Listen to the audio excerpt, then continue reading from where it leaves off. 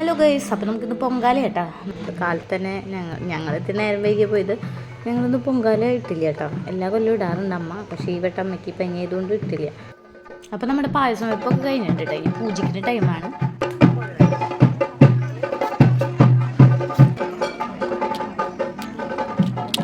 അപ്പോൾ ഈ പായസമൊക്കെ പൂജ കഴിഞ്ഞ് കൊണ്ടുവരുന്നത് കേട്ടോ. കല്ലുണ്ടാക്കിയിട്ട് വരുന്നതാണ് ഇവർ. ഇനി പായസമൊക്കെ കവറിലാക്കാനുള്ള ശ്രമങ്ങളാട്ടോ. പിന്നെ ടേസ്റ്റും ചെയ്യണമല്ലോ, പായസം വെച്ചത് എങ്ങനെയാണെന്ന് അറിയണമല്ലോ.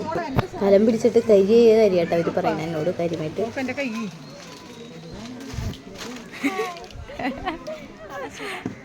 ഗൈസ്, അങ്ങനെ എനിക്ക് പായസം ടേസ്റ്റ് ചെയ്യാൻ തരികയാണ് ഓരോരുത്തരും. ചൂട് പായസമായിരുന്നു കേട്ടോ. ഗൈസ്, ഞാൻ ഈ സമാധാനത്തിൽ കഴിക്കണില്ലേ. കുറച്ച് നേരത്തെ കണ്ടത് എൻ്റെ ഫോൺ കയ്യിൽ നിന്ന് വീഴാൻ പോയിട്ടാണ്. കാരണം പായസത്തിന് അത്ര ചൂടായിരുന്നു. എൻ്റെ കൈ പൊള്ളി ഗൈസ്.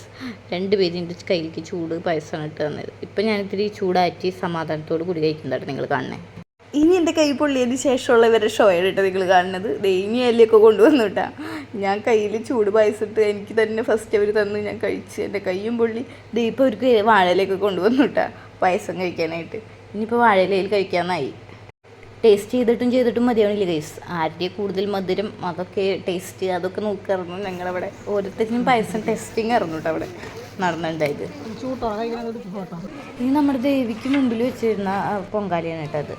ഇതിൽ എല്ലാവരും എടുത്തു കേട്ടോ. കാരണം ദേവിക്ക് മുമ്പിൽ വെച്ചിരുന്നല്ലേ അത്. കാരണം എല്ലാവരും ഞങ്ങളും കഴിച്ചു കേട്ടോ അതിൽ നിന്ന് ദേവിയുടെ പ്രസാദം.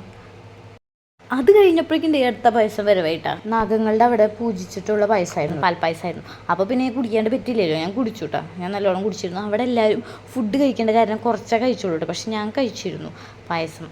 പിന്നെ ഇവിടെ അപ്പോഴേക്കും ഞങ്ങൾ ഫുഡിന് വെയിറ്റ് ചെയ്യായിരുന്നു. അവിടെ അപ്പോഴേക്കും അവർ ക്ലീനിങ് തുടങ്ങിയിരുന്നു കേട്ടോ. അത്യാവശ്യം നല്ല ക്ലൈമറ്റ് ആയിരുന്നു കേട്ടോ അന്ന്. അപ്പോഴേക്കും ബിബി എത്തിയിട്ടുണ്ട് കേട്ടോ നമ്മുടെ കൂടെ.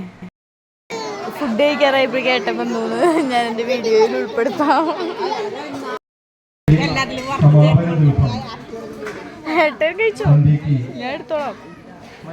അത് കഴിക്കാൻ കോൺസെൻട്രേഷൻ വേണം. അത് കാരണം പിന്നെ ഞാൻ വീഡിയോ ഓഫ് ആക്കി. കുഞ്ഞ് സ്വയം ഇരുന്ന് കഴിക്കുക കേട്ടോ.